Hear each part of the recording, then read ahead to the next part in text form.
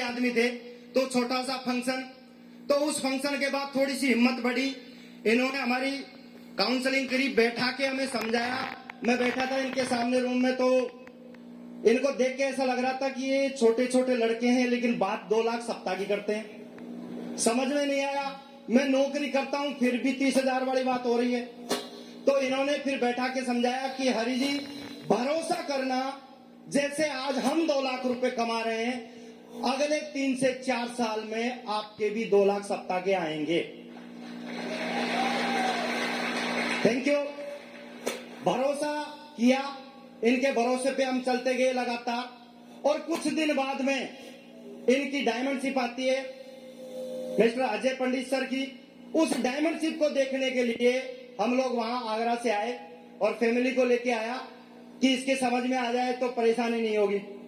Pankaj sir ने बोला था कि बस डायमंड शिप में बैठा देना, जिसकी फैमिली परेशान करेगा ना उसको डायमंड शिप में बैठा दो बस। तो मैं डायमंड शिप में लाके बैठा दिया, और उस दिन का दिन है और आज तक का दिन है, कभी बिजनेस के लिए नो नहीं हुआ, आज तक का रिकॉर्ड है। एक डायमंड शिप, तो उस टाइम डायमंड शिप देखी, एक चीज समझ में आई, इनका सम्मान हो रहा था, परिवार का सम्मान हो रहा था। और परिवार के सम्मान के साथ मैंने एक चीज नोट करी कि एक पढ़ता हुआ लड़का, एक स्टूडेंट, अगर स्टेज पे इतना बड़ा सम्मान अपने परिवार को दिला सकता है और सम्मान के साथ साथ लाखों रुपए की बात कर रहा है, तो इसका मतलब काम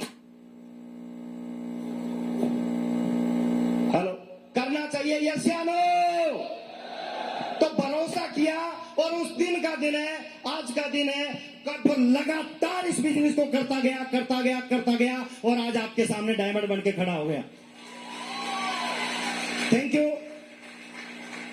कई बार क्या होता है, फंक्शन देखने के बाद भी जब कोई सेल नहीं आती है तो दिमाग में नेगेटिविटी आती है, बहुत सारे सवाल आते हैं। मेरा विजन क्लियर नहीं था उस टाइम भी, लगातार पंकज सर, बत्तू सर समझाते रहते थे, लेकिन कई बार दिमाग साइड में हो ही जाता था। और एक चीज आती थी कि यार बढ़िया नौकरी कर रहा हूं, क्या पता मैं इधर से आरएस बन गया, कलेक्टर बन गया तो बढ़िया जिंदगी हो जाएगी। मैं कहां फंस गया इनके चक्कर में, क्या पता डायमंड बनूंगा कि नहीं बनूंगा, दिमाग में आया। लेकिन फिर भी ये संभालते थे। एक बार का टाइम था जून 2015 का, और हमारे पंकज सर आए मेरे पास, आके बोलते हैं कि हरि जी, आपको घूमने के लिए चलना है नैनीताल। मैं कहे यार घूमने की बात कर रहे हो, जेब में 1 रुपया नहीं है और आप घूमने की बात कर रहे हो। बोला ज्यादा खर्चा नहीं है, 5,500 रुपए है। मैं बोला 5,500 की बात कर रहे हो, यहाँ 500 रुपए नहीं है जेब में, क्योंकि कर्जा इतना था, जैसे ही तनख्वाह घुसे अकाउंट में और दूसरे दिन आउट, यानी जेब में कुछ बचता ही नहीं था। तो दिमाग में ये था कि 5,500 रुपए वहां लगा के आऊंगा, क्या फायदा।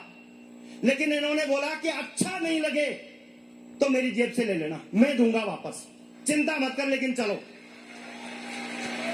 थैंक यू पंकज सर का, उस दिन समझाया और लेके चले गए। और वहां ले जाने के बाद समझ में आया कि असली जिंदगी क्या होती है।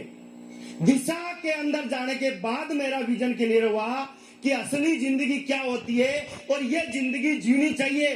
30 साल की उम्र में पहली बार 4 दिन में मेरे लिए जिया था, पहली बार 4 दिन। Thank you. उसके बाद हमारा ट्रांसफर हो गया, सभी का टीम बनाई, 70-80 की टीम बनाई।